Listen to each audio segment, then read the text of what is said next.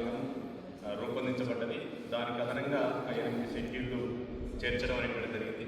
ఇది 2 సంవత్సరాల 11 నెలల 18 రోజుల పాటు సుదీర్ఘంగా 3 సెషన్లు, సెషన్ 1, 2, 3 అనేటువంటి దాని బేస్డ్గా భారత రాజ్యాంగం సుదీర్ఘమైన చర్చ జరిగి ఆమోదించుకోవడం అనేటువంటిది జరిగింది. చాలా శుభసూచకం.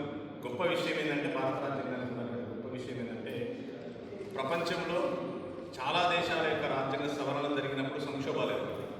కొన్ని దేశాలలో అయితే ఇప్పుడు ఫ్రాన్స్ లాంటి దేశాలలో 5 సార్లు రాజ్యాంగాన్ని మార్చిరు ఇప్పటికీ.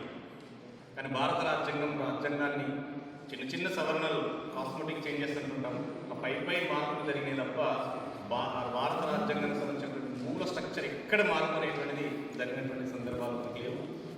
పైగా ప్రపంచంలో ఎక్కడ లేనటువంటి భాషలు, మతాలు, భౌగోళిక స్వరూపము, భిన్న ఆచారాలు, సాంప్రదాయాలు, వైవిధ్యము, అనేక రకాలైనటువంటి పద్ధతులు ఉన్న వీళ్ళందరినీ ఎవరు మాట్లాడినా భారత రాజ్యాంగం అనేటువంటి దాని గురించి మాట్లాడడం అనేటువంటి జరుగుతుంది.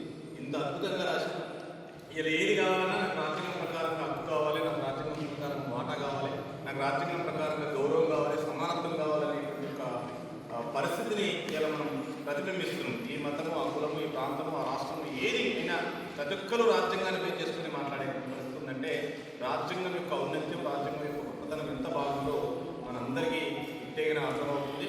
మరి అంత గొప్ప రాజ్యాంగాన్ని డాక్టర్ బాబు రాజేంద్ర ప్రసాద్ రాజ్యాంగ పరిషత్ చైర్మన్గా ఆయన నాయకత్వంలో మరి 22 కమిటీలు పనిచేసి భారత రాజ్యాంగం అనేటువంటి రాష్ట్రం వాళ్ళందరూ రాసినటువంటి ఈ రాజ్యాంగం చాలా గొప్పది. అంబేద్కర్ పాత్ర డ్రాఫ్టింగ్ కమిటీకి వచ్చిన నాటికి చాలా క్రియాశీలకమైనటువంటి పాత్ర పోషించును. అంటే 22 కమిటీలు ఇచ్చినటువంటి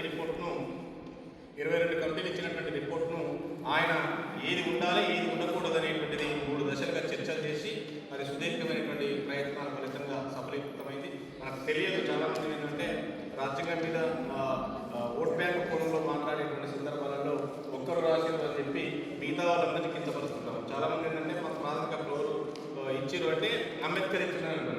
కానీ ప్రాథమిక కమిటీకి సర్దార్ వల్లభాయ్ పటేల్ చైర్మన్గా పనిచేసి ఆయన నాయకత్వంలో సర్ కృపాలని అనేటువంటి ఒక ఉప కమిటీ ఏర్పడి ఆ ఉప కమిటీ సర్దార్ వల్లభాయ్ పటేల్ నాయకత్వంలో భారతదేశంలో ప్రాథమిక హక్కులైనటువంటి ప్రస్తావించబడ్డాయి, రాయబడ్డాయి, గుర్తించబడ్డాయి. వాటిని అన్నింటినీ మనం అంగీకరించడం జరిగింది. చాలా ఇంత సుదీర్ఘమైనటువంటి చరిత్ర ఉన్నటువంటి భారత రాజ్యాంగాన్ని మనం గొప్పగా అందించినటువంటి ఎవరి పాత్ర తక్కువ లేదు. ఇందులో చాలా అద్భుతమైనటువంటి పాత్ర ఉంది.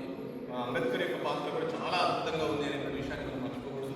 సో వీళ్ళందరి యొక్క పుష్పలితంగా మనకు అందినటువంటి ఈ రాజ్యాంగం ఇంత మంచి ఫలితాలు అందిస్తున్నందుకు, ప్రపంచానికి ఆదర్శంగా నిలబడుతున్నందుకు, ఇట్టి కార్యక్రమానికి హాజరైన ప్రతి ఒక్కరికి పేరు పేరున అభినందనలు.